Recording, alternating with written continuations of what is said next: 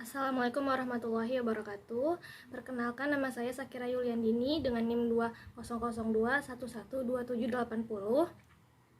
Di sini saya akan menjelaskan materi mengenai Control for Range Company dan juga Special Purpose Company. Baiklah, yaitu yang pertama ada Control for Range Company, yaitu merupakan sebuah perusahaan yang didirikan di negara lain yang dapat dikendalikan dan digunakan oleh pemegang saham dalam upaya meminimalkan perpajakan. Ditempatkan di negara-negara yang sistem atau tarif perpajakannya paling menguntungkan. CFC ini dibuat dengan tujuan sebagai alat untuk menangguhkan pendistribusian dividen kepada pemegang saham.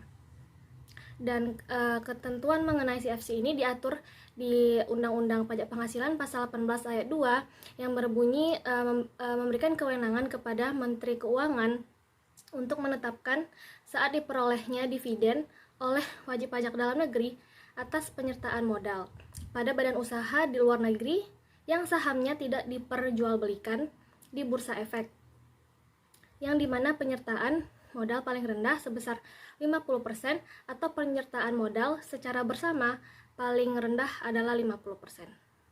Selanjutnya ada Special Purpose Company, yaitu merupakan sebuah perusahaan yang dibuat dengan tujuan tertentu. Dalam konteks perpajakan, tujuan dari pendirian perusahaan ini adalah untuk melakukan penghindaran pajak. Nah, salah satunya itu adalah memanfaatkan keberadaan Special Purpose Company untuk menghindari pengenaan pajak atas keuntungan penjualan saham.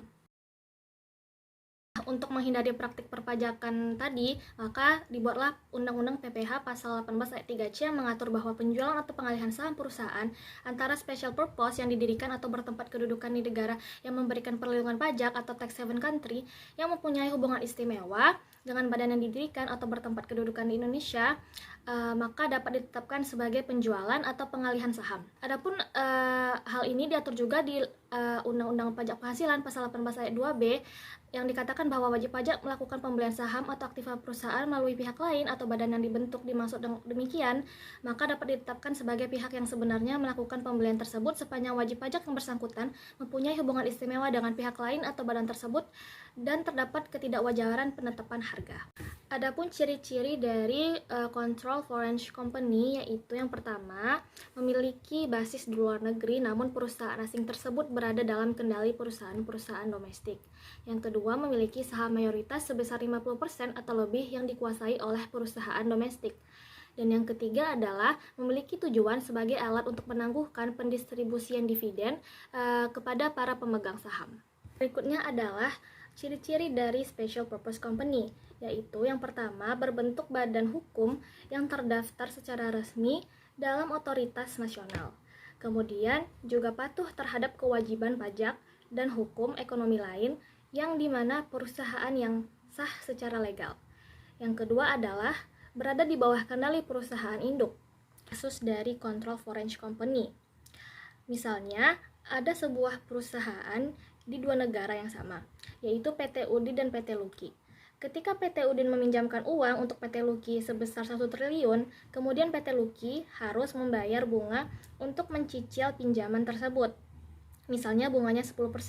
Dari 1 triliun maka didapat 100 miliar yang akan dilunasi dalam waktu 10 bulan. Maka PT UDI nantinya juga akan dikenakan pajak sebesar 22% dari 100 miliar tersebut.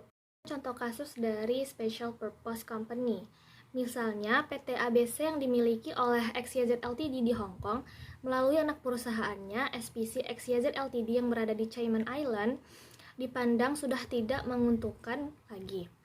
Maka PT ABC dapat dijual di perusahaan lainnya. Namun yang dijual adalah saham XYZ Ltd Hong Kong di SPC XYZ Ltd Cayman Island, bukan saham SPV XYZ Ltd di PT ABC. Perbedaan dari Control for Range Company dan Special Purpose Company, yaitu yang pertama, pada CFC, perusahaan yang berkedudukan di luar negeri digunakan oleh pemegang saham dalam upaya meminimalkan perpajakan perusahaan yang didirikan di negara yang memberikan perlindungan pajak untuk menghindari pengenaan pajak atas keuntungan penjualan saham. Sedangkan pada Special Purpose Company, perusahaan yang didirikan di negara yang memberikan perlindungan pajak untuk menghindari pengenaan pajak atas keuntungan penjualan saham. Sekian penjelasan yang dapat saya sampaikan, semoga bermanfaat. Assalamualaikum warahmatullahi wabarakatuh.